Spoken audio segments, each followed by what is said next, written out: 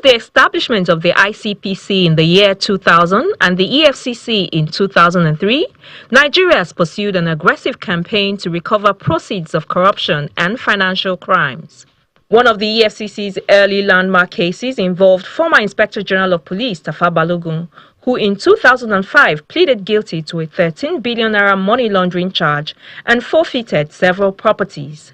Since then, the list has grown to include former governors, many other politically exposed persons, and convicted fraudsters. Perhaps the most extensive forfeiture litigation in recent times has involved former Petroleum Minister Diezani Alison Madioke, who had cases before several judges, and former CBN Governor Godwin Emefiele, with a forfeiture of a 753-unit housing estate in Abuja linked to him, emerging as one of the country's most significant single property recoveries. But while the courts continue to deliver forfeiture orders, questions remain about what happens after the judgment. Once assets are forfeited by a specific agency, that agency then has the powers to deal with those assets. And there are four ways of dealing with those assets. It may decide to sell those assets by public auction, and the proceeds arising from such public auctions are transferred to the Consolidated Revenue Fund. Two, making those assets available to agencies and parastatals for public use. Three, restitution to victims who are directly affected by the crime. And lastly, deployment of the funds recovered, or asset recovered for developmental projects. So what this means in essence is POCA, that's the Proceeds of Crimes Act, did not create a specific agency to manage forfeited assets, but creates directorates within each of these agencies to oversee the management.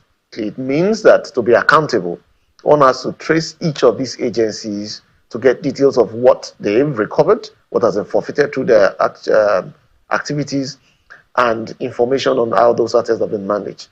But there are agencies that also oversee the activities of these agencies. For instance, the Office of the Attorney General of the Federation.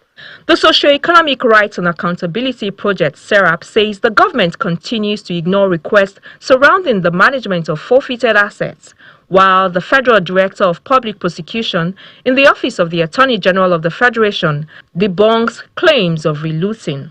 We've had several times, including the filing court processes against the President, particularly the Attorney General of the Federation, asking for details of how some of these assets have been used, principal among which is the case we filed against the Attorney General of the Federation, for details of Abacha loot, as we like to call it.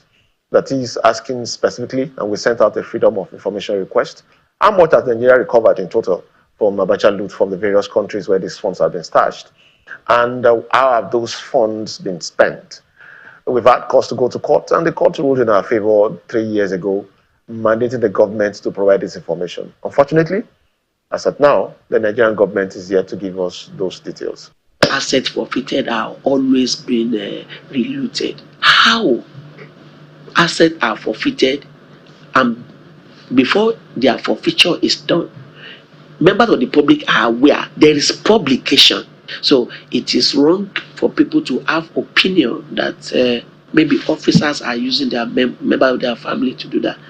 Right. So, and I'm sure where I'm coming from the commission, you are not even allowed. It's not even possible for you or to use member of your family to be part of that exercise. So you can't. It's not possible to get that done. So I'm sure that we have enough legal frameworks to protect the right of the public and to ensure that the government receives economic value and benefit from these recovered assets. I can guarantee you that. He also gives the assurance that plans are underway for a central register of all forfeited assets and its management. Each agencies or relevant agencies of government as stipulated or listed in the Act has their individual register.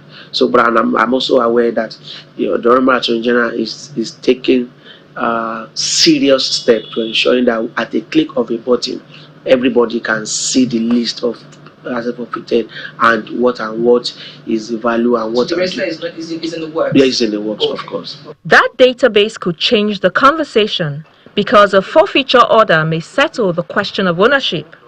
But for the public, accountability begins with knowing what happens next.